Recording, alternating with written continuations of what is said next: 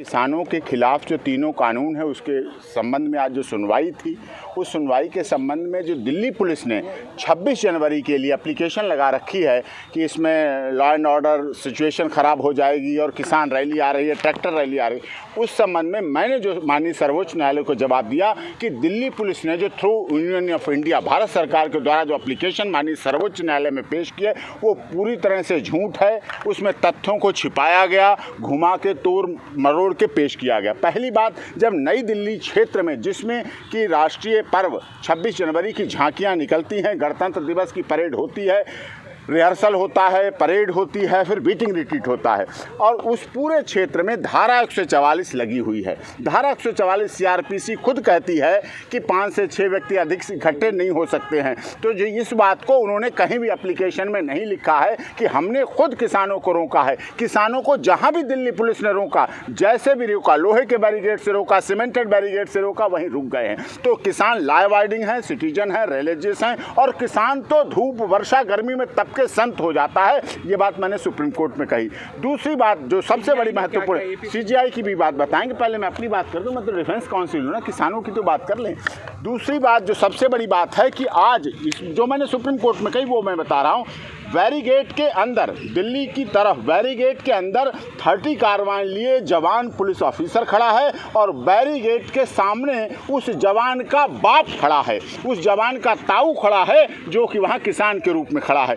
और ऐसी स्थिति में, ऐसी परिस्थिति में 26 जनवरी सभी की है, 26 जनवरी सभी मनाना चाहते हैं। और दूसरी बात, भारत सरकार को भी इन केस कानूनों को वापस लेने में कोई दिक्कत नहीं होनी चाहिए, क्योंकि सब अपना मामला है, अपने लोगों का मामला है, ये होनी चाहिए। धारा 144 लगी हुई है और माननीय भारत सरकार के माननीय प्रधानमंत्री जी को भी इस समय इंटरवेन करना चाहिए समय पे। इस समय बहुत उपयुक्त है। 26 जनवरी गणतंत्र दिवस से पहले माननीय प्रधानमंत्री मोदी जी जो सबका साथ सबका विकास चाहते हैं, और मैं ये भी जानता हूँ, मानता भी समझता हूँ कि किसानों की वजह से, किसान के आंदोलन की वजह से जो लगभग 2 महीना हो चुका है, माननीय प्रधानमंत्री ना सो पा रहे होंगे, ना खा पी पा रहे होंगे। ये स्थिति बनी हुई उनके लिए होगी। वो बहुत अच्छे इंसान हैं, देश विश्व की सबसे बड़ी डेमोक्रेसी के, सबसे बड़ी पार्टी के मुखिया हैं, प्रधानमंत्री चुने गए, पूर्ण बहुमत की सरकार है। लेकिन हमारी सुप्रीम कोर्ट के माध्यम से भी यही अनुरोध है कि कानून जल्दी से जल्दी वापस हो और समस्या का समाधान निश्चित तौर पर हो सके, जिससे कि जो बेटा और बाप, इधर जवान है दिल्ली पुलिस का, उधर उसका बाप खड़ा हुआ है किसान बनके, इनकी लड़ाई खत्म हो, जल्दी से जल्दी समस्या का समाधान हो। और केस की अगली सुनवाई परसों होगी। माननीय सर्वोच्च न्यायालय में केस को एडजर्न करते हुए कहा कि परसों होगी और उन्होंने अटॉर्नी जनरल को भी कहा है कि जो बातें मैंने कही हैं, जो तथ्य रखे हैं, इनमें क्या है, क्या सच्चाई, जो हमने रिप्लाई फाइल किया है, जो रिप्लाई दिया है, उसमें सारी बातें रखी गई हैं और ये बात हुई है। लॉ एंड ऑर्डर ਨੂੰ ਲੈ ਕੇ ਕੀ ਹੈ दिल्ली पुलिस में क्या गया कि law and order Delhi police maintain करे। देखिए, लॉ एंड ऑर्डर मेंटेन का काम करना सीजीआई साहब ने कहा और वो सत्य भी है, अटल सत्य है कि Delhi police law and order maintain करे। उनके पास ये भी बात आई, ना तो उनके पास पुलिस की कमी है, ना बैरिगेड की कमी है, कोई कमी नहीं है। धारा 144 लगी हुई है। धारा 144 खुद में क्या आप उसे मजाक में समझते हैं? धारा 144 कहीं कोई व्यक्ति इकट्ठा नहीं हो सकता। लोकतांत्रिक अधिकारों का हनन है, डेमोक्रेसी के अधिकारों का हनन होता है। धारा 144 जो कि दिल्ली देश की राजधानी में लगी हुई है और ऐसे समय पर लगी हुई है और ऐसे समय के बहुत महीने पहले से लगी हुई है जब से रिपब्लिक डे होने वाला था, पिछले वर्ष से लगी हुई है। कितने लोग आएंगे, कैसे आएंगे, ये दिल्ली पुलिस तय करे सर, ये गवर्नमेंट तय करे। 5000 बंदे की गल हुई है कि 5000 बंदे ਨੂੰ ਅਲਾਉ ਕੀਤਾ ਜਾਵੇ। वो कह रहे हैं कि कुछ अलाउ किए जाएं, कुछ। अब देखिए, 400 से 500 तो किसान संगठन है इस देश में कहे जाते हैं। वार्ता के लिए विज्ञान भवन चुना गया, मतलब उनके प्रतिनिधि इतने अधिक हैं कि वार्ता के लिए विज्ञान भवन पहुंचते हैं।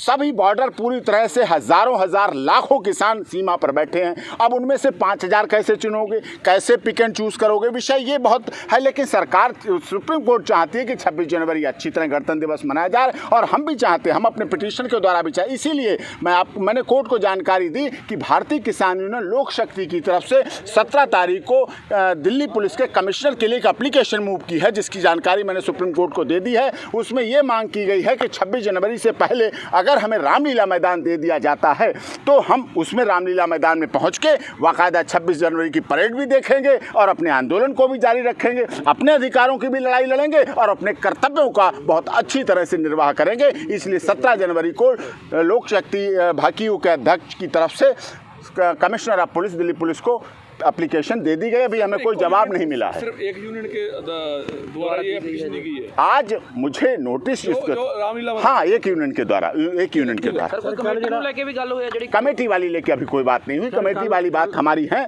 जो एज इट इज है, जो कमेटी को हमने बात रखी है, जो हमने अपने रिप्लाई में कमेटी को लेके रखी है। कमेटी वाइस्ड है, इसीलिए मान साहब ने इस्तीफा दे दिया है। वो कमेटी के तीनों सदस्य निष्पक्ष नहीं है, राजनीतिक दल से प्रेरित है, संबंधित हैं। उन्होंने कृषि मंत्री जी से मुलाकात की, लेटर लिखा, आर्टिकल लिखे, अखबारों में छपे हैं। इसलिए वाइस है, नॉन पॉलिटिकल व्यक्ति होना चाहिए कमेटी में। ऑनरेबल रिटायर्ड सुप्रीम कोर्ट के जस्टिस हों, किसान यूनियन संगठनों के अध्यक्ष हों, किसानों के परिवार के लोग हों, जिनकी मौतें हों उनके परिवार के लोग, और अराजनीतिक व्यक्ति होना चाहिए। किसान का मामला है, विश्वास में आप लीजिए, अगर विश्वास में आप नहीं लेंगे तो अगर राजनीतिक व्यक्तियों को रखेंगे तो छींटाकशी होगी, तो विभेद पैदा होगा, जिससे समस्या बढ़ेगी, समाधान की तरफ नहीं निकलेगी। ये दौर इस समय ऐसा चल रहा है कि भारत के किसानों की समस्या का समाधान होना चाहिए, उनका निर्णय होना चाहिए, और माननीय सर्वोच्च न्यायालय से देश के सभी किसानों को और भारत सरकार से देश के सभी किसानों को बहुत ही आशा है। सुनवाई होगी उसके कल वाला ਜਿਹੜਾ ਕਿਸਾਨ ਜਥੇਬੰਦੀ अगली सुनवाई 20 जनवरी को है। ਸਰ ਕੱਲ ਕਿਸਾਨ ਜਥੇਬੰਦੀਆਂ ਨੇ ਰੋਡ ਮੈਪ ਜਾਰੀ ਕੀਤਾ ਵੀ ਕਿਸੇ ਤਰ੍ਹਾਂ ਦੀ ਵਾਇਲੇਸ਼ਨ नहीं करांगे, ਉਹਦਾ ਕੋਈ ਰੈਫਰੈਂਸ ਤੁਸੀਂ ਦਿੱਤਾ जी?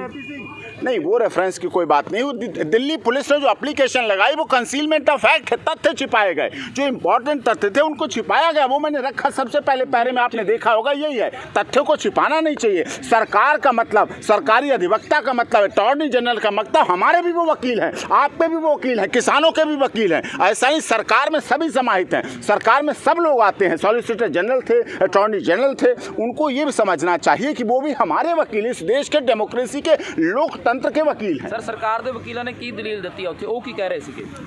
वो उसी बात को कह रहे हैं कि कुछ ऐसा हो, कुछ ऐसा आदेश आए जिससे कि ये पीसफुल, अरे पीसफुल कौन अनपीसफुल कर रहा है? 2 महीने से पीसफुल तो बैठे हैं। पीस तो 1 मिनट में ख़त्म हो जाती है। अगर पीस ख़त्म करने पे व्यक्ति आए कहीं भी तो 1 सेकंड में ख़त्म हो जाती है। यहाँ तो 2 महीने हो गए हैं, शांतिपूर्वक पूरी शांति से है वहाँ। ठीक है।